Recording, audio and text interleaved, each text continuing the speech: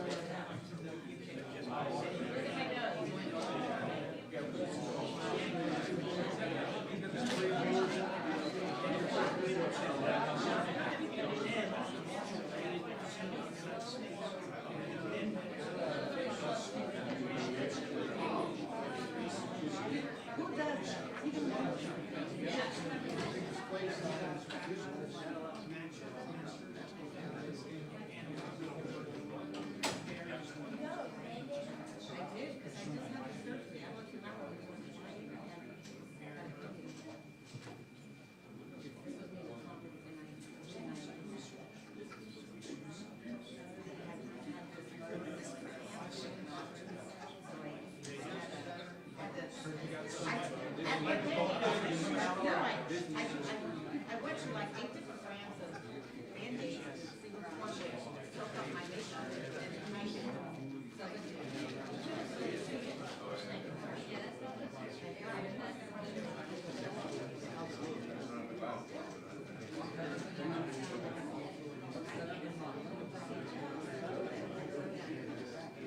I had 30 minutes to try that out. Thank God.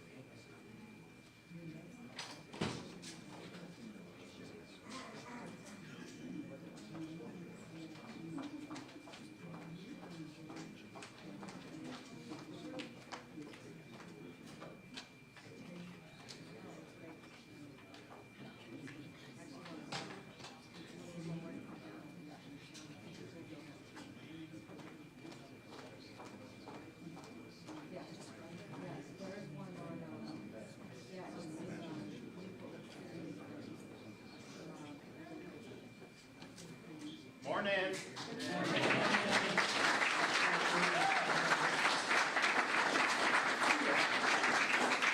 Well, we're excited to be back in Pasco County. We're excited to be here, one of our state veterans nursing homes, and named after somebody who earned the Medal of Honor, which is our nation's highest military award, and that's very meaningful even after all these years. That service was decades ago, but I think it's really appropriate that we're memorializing that with the namesake here, Valderrama Lopez.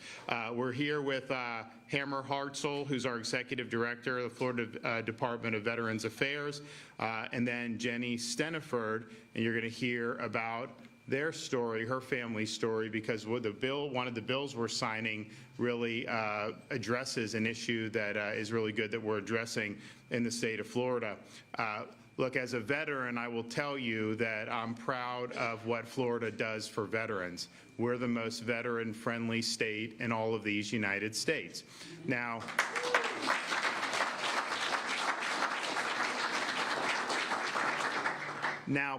I also remember as in the Navy, and I know we have Air Force, I know we have other services in different parts of the state, but we have some places that were heavy Navy, Northeast Florida, Pensacola, and whenever you got assigned in Florida, and people that spend their career in the military, you go somewhere else every 2-3 years, they would always maintain that Florida residency. So you're serving in Mayport, you end up in Norfolk or San Diego, you're a Florida resident. And if you're a Florida resident, if you're stationed in San Diego, you don't pay California income tax. You get to pay no Florida income tax.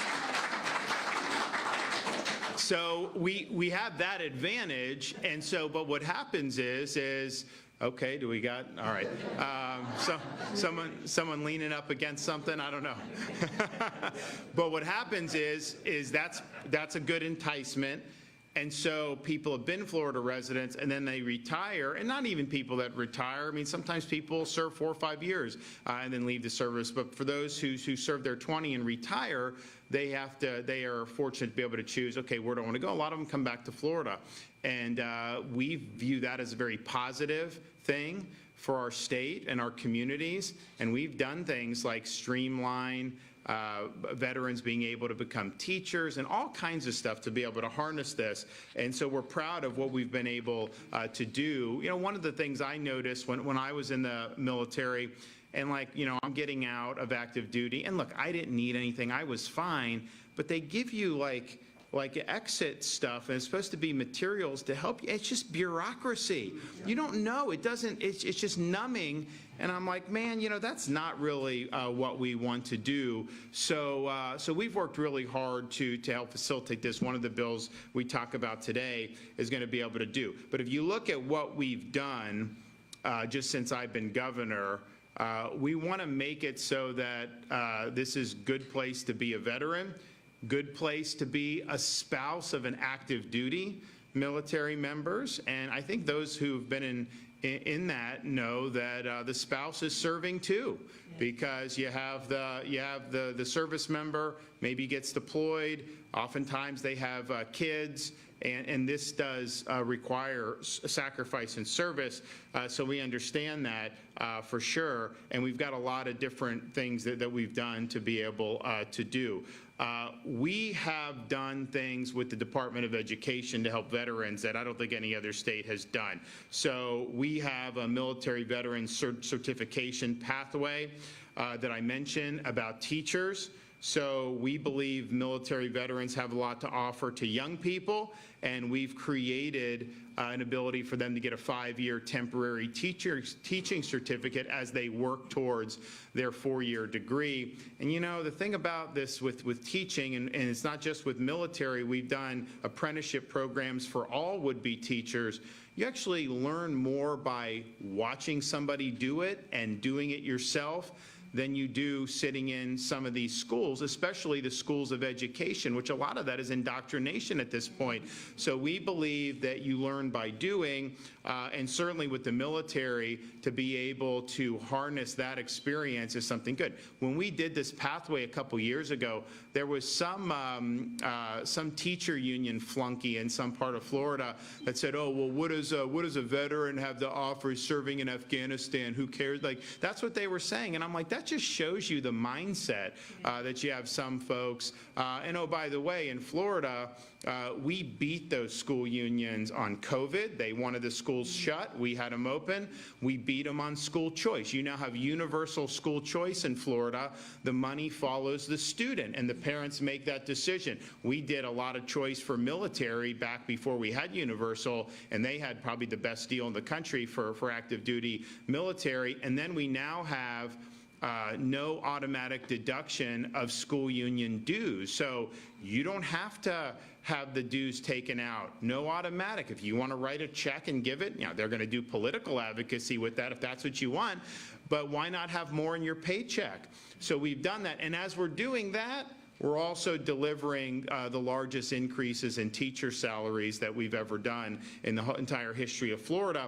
So that really spoke volumes when they attacked this program. I think it's good to have. I want students to be able to look up to a teacher. I want them to be able to see somebody that has put service above self, and when they didn't have to, and they're able to come back and continue service.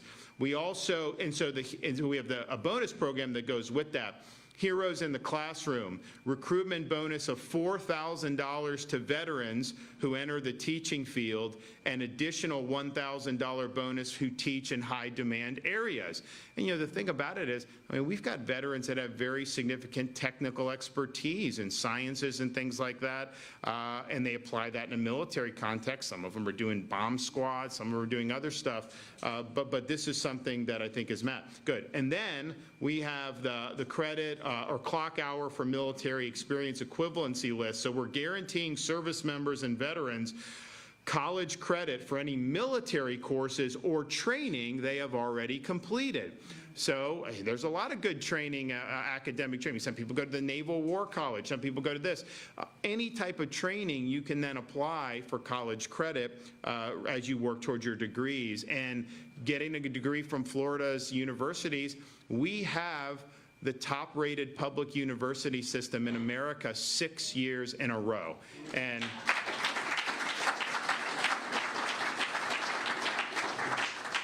now, we had a rough day yesterday at the College World Series.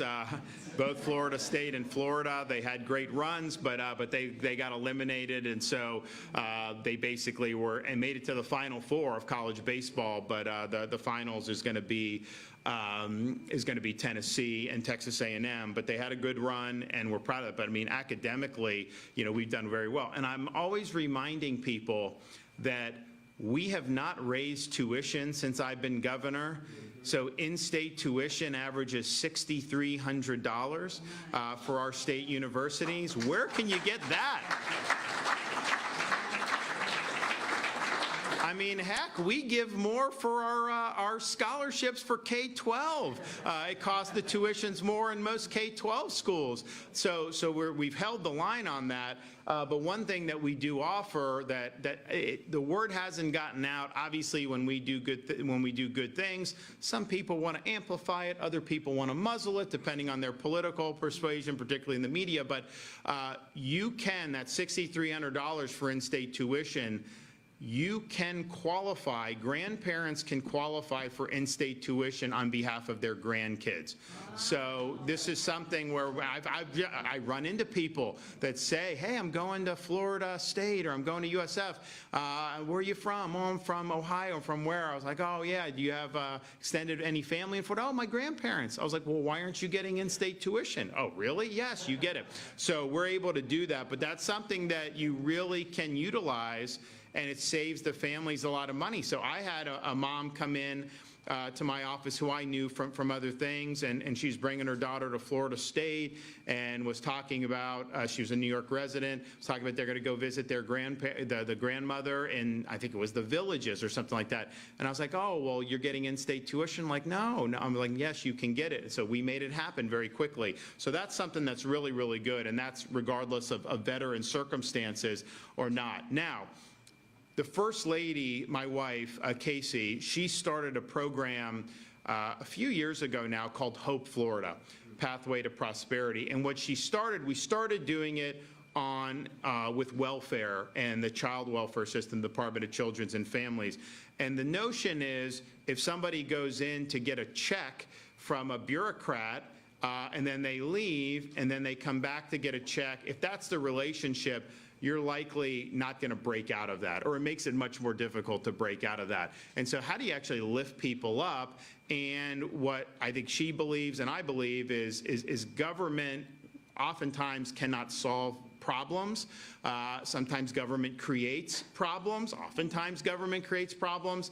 But what could government do in that role is really facilitate connections with all the resources we have in our society, because we have charities, we have churches, we have businesses, we have individual volunteers who want to help. And so she created something called the Care Portal. So if somebody goes in, they have a need, maybe it's a single mom with a young kid and they lost their apartment, they need a place to stay. Instead of having that be just a government problem, it goes into the portal, all the churches that are involved, all the charities, all the nonprofits, everyone that's involved, they get a notice that Sally needs a place to stay. And you know what happens? You're going to have somebody that come to help, and when that happens, oftentimes those are not people going back for government assistance. They're on a pathway where they're involved in the community and are doing it. So it's been very effective. We've now taken on Hope Florida close to 30,000 people that are totally off government assistance entirely now, or very severely curtailed government assistance, and that's usually not the tale of how government works. I mean, they did the war on poverty in the 60s, and they didn't end poverty, they created dependency and created a lot of social pathology. So this is something that has been very successful. So the question is, how do you harness that in other endeavors? So we recently started doing that with the Department of Veterans Affairs. And I'm a big believer, and it goes back to me being in the military, getting out, seeing the stuff that they gave me and not understanding a word of what they were trying to tell me. And I didn't need help. I was good, but I know a lot of other people could have used a hand there. And so you go in, and the federal VA is really a cumbersome bureaucracy. So you go in, and if all the hopes are on those bureaucracies, you're not going to be serving the veterans the way we need to. However, this is true in a lot of places in our country, but certainly in Florida. You have huge numbers of charitable groups that are created, and their mission is to help veterans in a variety of different ways. We had when I was a U.S. Congressman in our district, we had a group called Canines for Warriors. They would train service dogs and pair them with veterans suffering from post-traumatic stress. Huge reduction in suicides as a result of doing that. We tried to get the VA to utilize that, and they dragged their feet for years and years, and finally the legislation was able to get across the finish line making them do this. But that's an example. You have folks that will build veterans homes. I mean, I remember seeing some of these custom homes that I've been able to tour for many years throughout Florida, where they're custom built for veterans that may have really serious injuries, maybe they're amputees. You have all this stuff's being done, and many more, scholarships, you name it. But veterans got to know it's out there. You also have businesses that want to help veterans. A lot of the corporate community will jump at the opportunity to help veterans in their community. Then you have the faith-based community. They want to be involved to help not just veterans, but certainly veterans when they need something. And the thing is, a lot of the struggles veterans have, particularly in my post 9/11 generation, these are not all physical struggles. A lot of this stuff is emotional, it's spiritual. And so being able to have the faith community involved is a huge positive. Then you just have individual volunteers. There's people in this region of the state that if you said, hey, we may need to call on you to go help a veteran someday, maybe just bring them dinner or take them out to lunch or something, there's people that would jump at the opportunity on that. And so now we're working towards, you go in Department of Veterans Affairs in the state, and you go into the portal, and then now these groups are a part of it, and they are knowing, hey, this veteran needs some help for post-traumatic stress. This veteran needs help with housing. And it's not just about a government program. It's not just about a bureaucracy. It's about linking the veteran with all these tremendous resources that are in society. So this has only been on the VA level. We're just months into this, and they have already served over 500 veterans and veteran family members, and they have helped 250 overcome a housing barrier, 175 with a basic needs barrier, over 75 with a VA benefit barrier, and that's a cottage industry in and of itself, just trying to get the VA benefits. I mean, it's like you need to hire like law firms to be able to do this, and you know, a lot of these veterans, I mean, well, first of all, I don't think anybody really understands the bureaucracy of the VA, so we have that. Around 50 with an employment barrier and almost 50 with a legal barrier. The success rate for resolving these barriers for our veterans is right now with this Hope Florida model applied to the veterans community, 85% success rate in resolving problems. I mean, so when has government ever batted 85% on anything? Not likely to happen, right? So that's good. So we also have, under the First Lady's leadership, which she launched about 2 years ago, continued the mission recruitment campaign in partnership with Florida Department of Children and Families and Department of Veteran Affairs. We want to recruit veterans, military spouses, and former law enforcement officers who still have a desire to serve their communities into service of the state as child protective investigators, adult protective investigators, and case managers in our child welfare system. These are difficult issues, a lot going on there. Getting good people involved is a big deal. We now have had over almost 250 veterans hired as investigators with DCF through this initiative. So that's making an impact too, and the quality of the performance will certainly go up as a result. We've done a lot of different legislative initiatives that we've been able to sign. Our budget that I signed the budget last week. So Florida, our budget that I signed for the upcoming fiscal year actually spends less than what we're spending in the current fiscal year. Who else is doing that in this country? But even though we're spending less, we have record education funding. We have record infrastructure and transportation funding, and we've accelerated road projects that need to be done. We have record funding for things like conservation, Florida Springs, our coastlines, all this stuff we've been able to do. So we're doing the things that make a difference in your life. We're vetoing pork projects or whatever, but protecting taxpayers, holding the line overall on spending, but the money that we are spending, we're making an impact with, and that's really the way it should be done. And even amongst that, we got $500 million in the budget for accelerated debt repayment. So you now have, the state of Florida, the lowest per capita state debt in the entire United States of America. The U.S.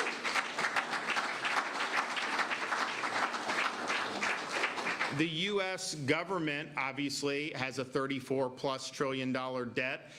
If you parcel that out amongst each American, that means each and every solitary American would owe over $100,000 a pop.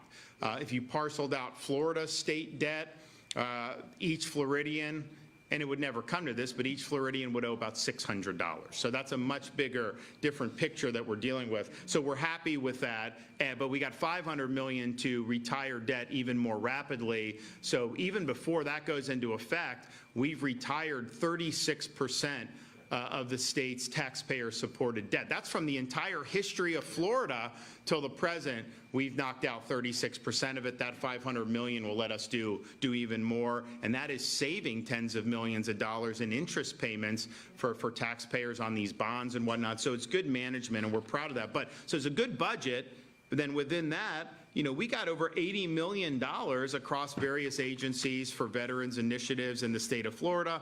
Workforce preparation, medical assistance, education opportunities, helping homeless veterans get in a stable situation, as well as legal services for veterans. We also have $17 million in additional funding for the Florida Department of Veteran Affairs to do, among other things, provide dental care for low-income veterans, 6 new veterans claims examiners to assist veterans in obtaining the federal benefits that they're owed. I mean, how crazy is this that the state has to hire people to help veterans get their federal benefits? But that's the federal government that we have for you.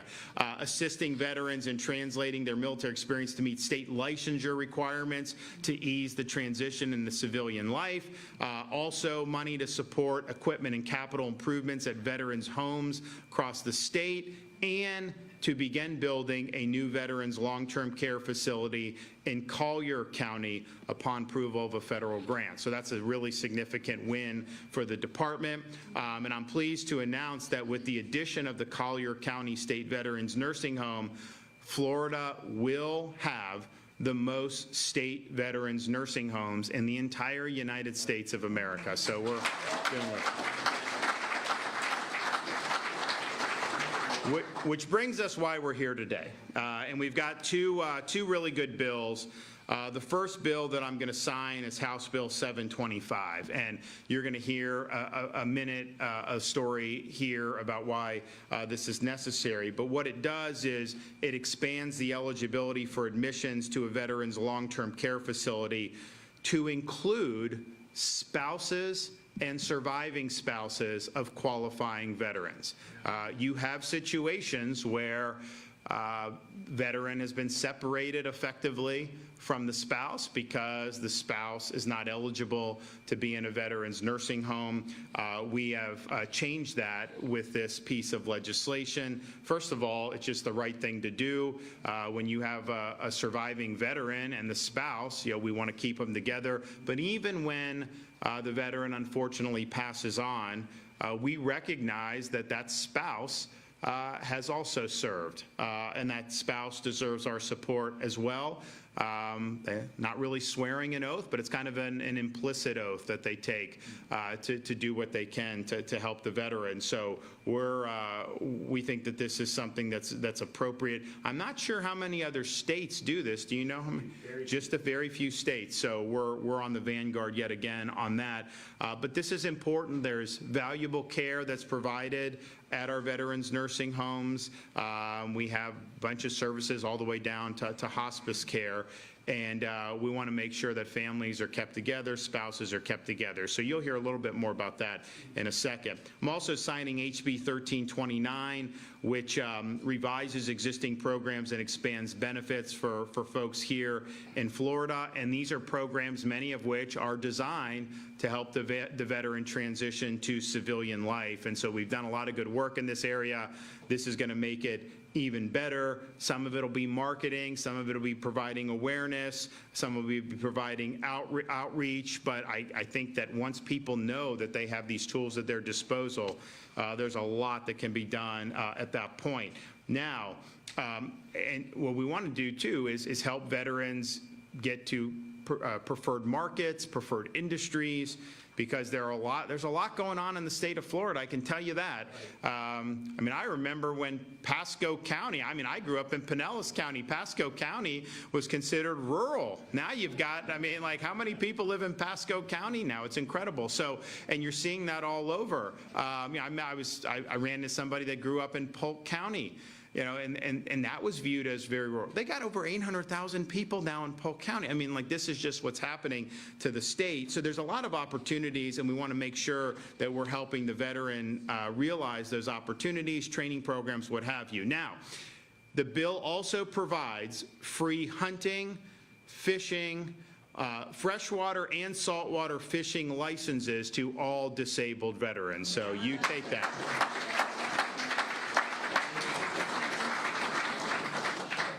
We also create and fund the Major John Leroy Haynes Florida Veterans History Program within the Department of State's Division of Arts and Culture to record the stories of Florida's veterans and preserve them for future generations.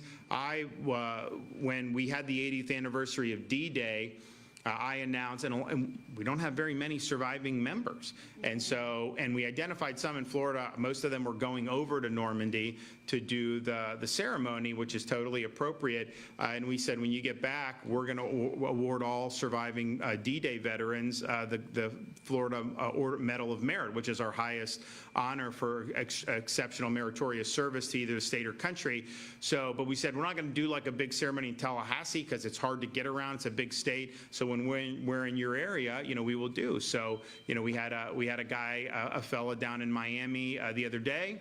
We were able to present it to him. Signed up in the Navy in 1943. Is there in D-Day in 44, bringing the tanks ashore. Then he goes to the Philippines, then Japan, and did great service to the country. But the connection to those folks has dwindled because most of them have passed on at this time. So really, it's up to us to make sure that future generations understand what it means. And I think that this program to record these stories and preserve them, I think is really, really important. And this bill even goes further with that. We are requiring in the state of Florida middle and high school students to receive instruction on the history of Veterans Day and on the history of Memorial Day, which is good.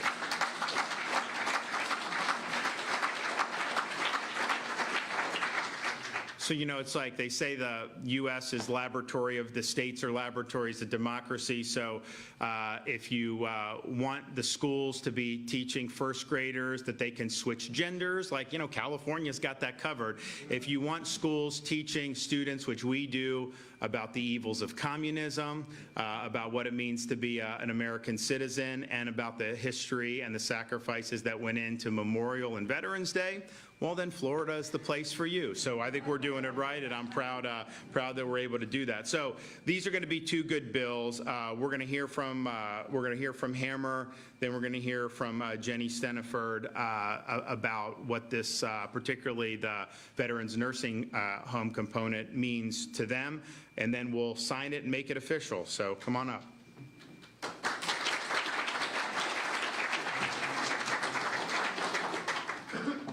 Hello, everybody. Marine generals don't have a problem following somebody speaking at a podium.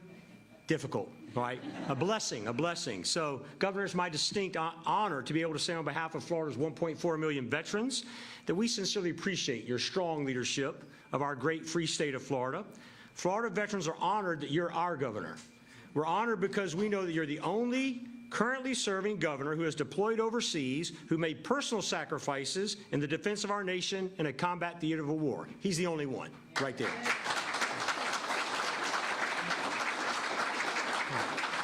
And for everybody here this morning, on behalf of my Florida Department of Veterans Affairs, your Department of Veterans Affairs, and the amazing staff at this beautiful, compassionate nursing home, welcome.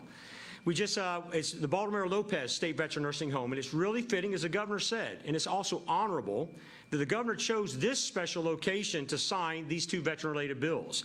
This home is named after Medal of Honor recipient First Lieutenant Baltimore Lopez, who selflessly gave his life for his fellow Marines during the historic 1950 landing in Incheon.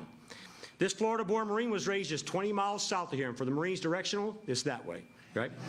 And we're so honored to carry on his amazing legacy of service and especially his self-sacrifice in this beautiful veterans home. I want everybody to know that because of our governor's clearly defined commander's intent, his desired mission success and end state for our state's veterans, Florida continues to be and has been the most sought-after state in the nation for veterans and their families. Since taking office, our governor and his administration, with the full support of our Florida legislature, have allocated hundreds of millions of dollars to address and improve Florida veterans' issues and needs. Today, he'll be signing two key Veterans Bill legislation pieces that reinforce and build on that success. The first bill, as the governor mentioned, expands resident eligibility in our Florida veterans' homes to include spouses and surviving spouses who need skilled nursing care themselves. This is the honorable thing to do, and it's the compassionate thing to do. And because of that, it's going to be well received by our veterans and every other citizen in our great state. The second bill the governor will be signing today will record the stories and the history, as he said, of Florida's veterans. It'll preserve them for our future generations. Right over there. Through a new state veterans history program named after the late Marine Major John Leroy Haynes, who served in World War II, Korea, and Vietnam. He didn't get enough. A great American who is a lifelong veterans advocate, and it's so fitting and honorable that we're going to be naming this historical program after him because of who and what he was. Additionally, the same bill reinforces Veterans Florida as the initial point of transition assistance for service members leaving active duty who decide to come to Florida and raise their families, secure meaningful employment for themselves and their spouses. Of special importance, personal, heartfelt importance to me as a veteran and as a grandfather, this bill encourages the instruction on the history and the significance of Veterans Day and Memorial Day in our now nationally recognized best-in-class Florida schools. There's none better, and I'm glad they're going to be there. In fact, Florida is the most veteran sought-after state in the nation, and it's the most veteran-friendly state in the nation. We passed California last year to be the second most populated veteran state. Why? Because veterans are moving here. They're choosing to move here. I hear from veterans all the time, why'd you move to Florida? Why'd you leave California? Why'd you leave New York? They say it's because of this combat veteran right here. That's what they tell me. They said because of his common sense leadership during the pandemic. His leadership to ensuring that our Florida economy is both vibrant and resilient for the future. His leadership in advocating and for protecting parental rights. His respect for law and order and respect of our law enforcement officers. His unquestionable patriotism and love for our country, and his strong commitment to make Florida and America a better place for future generations than what it currently is today. That's why they're moving here. One of those veterans who recently moved here, I met Monday, just this past Monday. And when I see a veteran with a ball cap, it said Korean veteran, I walked up and I say, hey, sir, when did you serve? What service? Oh, I was in the Air Force. And he said, we actually were the Air Force at that time in Korean War. It was 1950. He was running for his life to the Pusan perimeter. He said, you know what, General, you're a Marine, right? I said, yeah. He said, I like Marines. You know why?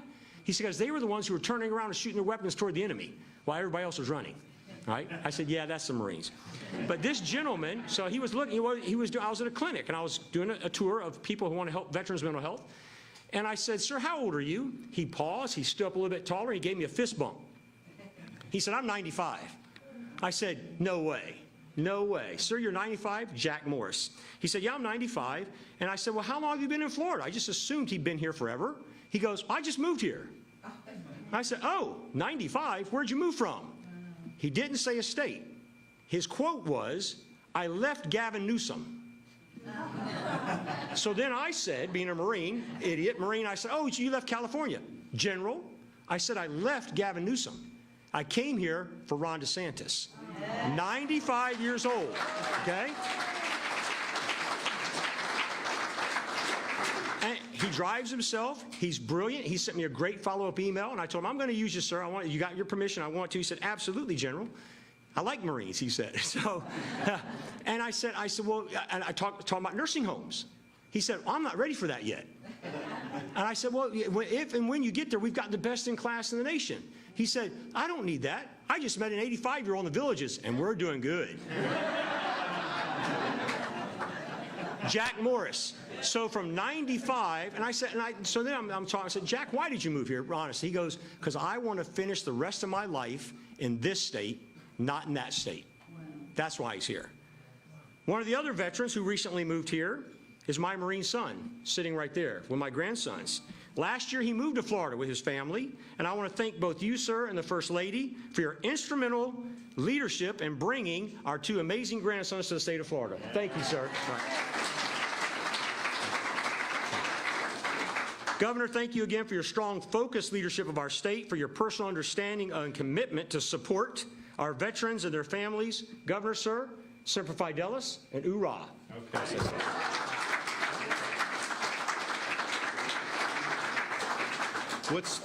Are you in school? Where you go? Where? College Academy. Florida College. Oh, okay, good. Nice, great. Okay, all right, Jenny Steniford, come on.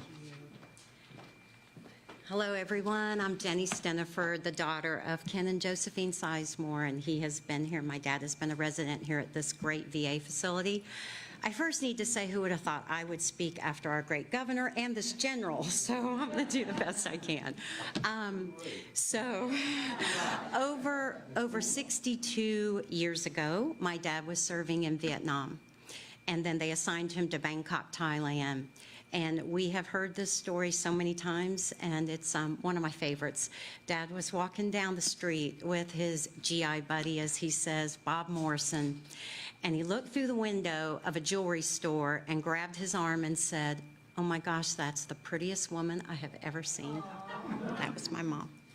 So as he went into the jewelry store, pretending to be buying jewelry, he got to know Mom, and they had this beautiful courtship, and then they were married there. So Mom is the youngest of 9 children. She left all of her siblings, her parents, her country to join her life with my dad, and trusted him, and they went on and started their life together. So through the course of that, I was born Fort Campbell, Kentucky. My brother, Fort Bragg, North Carolina.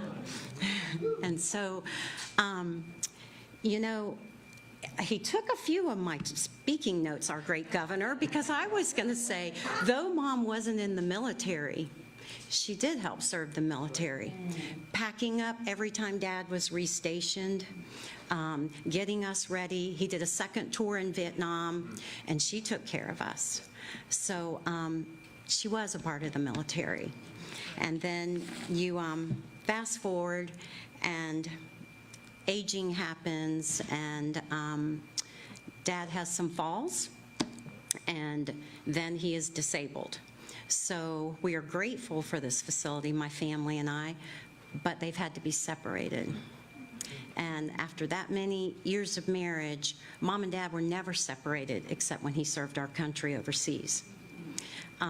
He's been a big protector of my mom. She's never even put gas in her car. Dad has always done that, and he has been there for her. So this bill just means so much to us. We thank you, Governor, for this. Because of this, my mom and dad are going to be able to live the rest of their lives together. And not only for our family, though it means so much, but all the other veterans and their spouses. And we are eternally grateful. So thank you.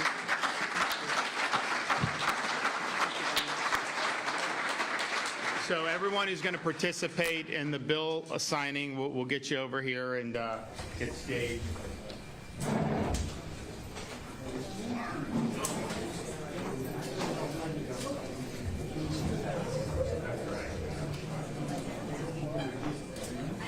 We'll go on this side, so y'all. Right here, Dad. Come out and then turn around.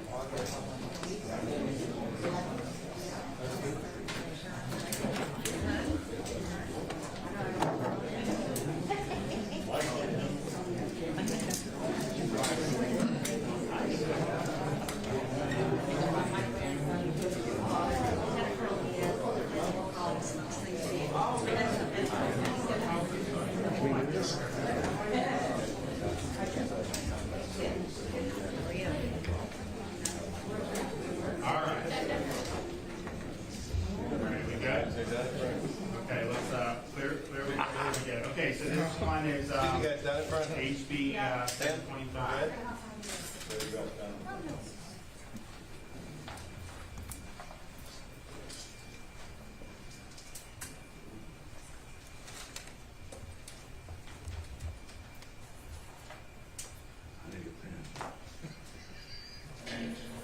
All right.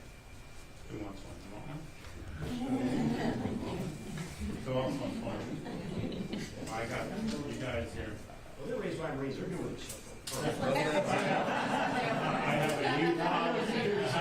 Anyone else? Okay. All right. All right. And then now here's the standard veterans bill that have all the goodies in, including the fishing hunting licenses. who wants one of these? I got 3 more. I'll take one. Anyone? Okay. Thank you, sir. One more? For Maureen. All right. For 5. All right. So, both of those. All right.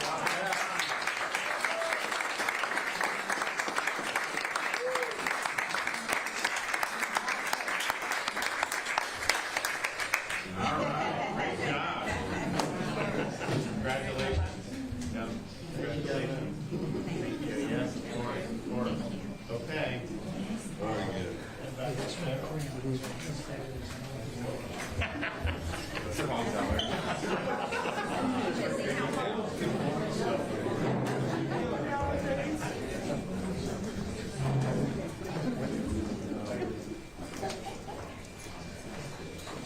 And y'all know what this should say? It should say Governor DeSantis supports veterans.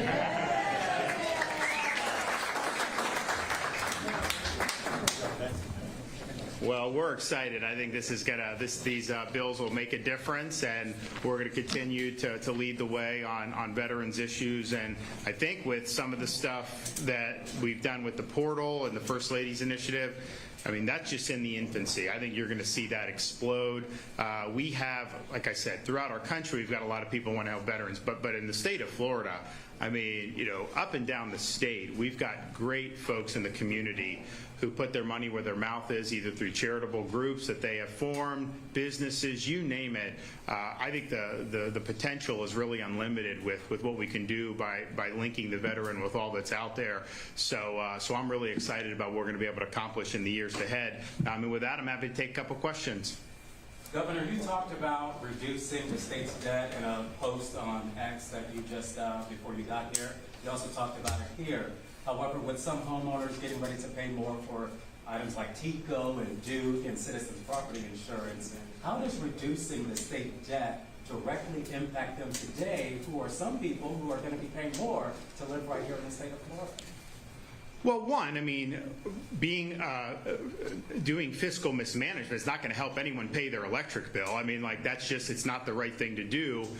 Two, within that we've done, that budget that's spent less than last year's reducing debt, we did $1.5 billion in tax relief, all geared directly to help Floridians who are struggling with the Bidenflation. For example, all the sales tax holidays, back to school, we have that again. Disaster preparedness, we had one that ended in mid-June. We've got another one starting 3rd week of August. All the supplies you need, tax-free. We're also doing July Freedom Summer Month. Outdoor recreation items, tax-free, save money here in the summertime, and we even have the tool tax holiday. Then we did $500 million to reduce taxes and fees on homeowners insurance policies. And so we obviously can't control how much with the inflation, but we can provide that relief, and that's going to be good. Then we did almost $500 million in toll relief. So you go, if you're a commuter, once you hit a certain number of tolls on your pass, you don't have to do anything. You just get 50% debit at the end of the month, and that saves people hundreds of dollars in some cases, depending on where they're doing. You know, you do have tolls in the Tampa Bay area. You have a lot of tolls in like Miami, a lot of tolls in Orlando. So some people spend $100 a month on tolls because if you have a job where you've got to get in different parts of a region, you're going through all the time.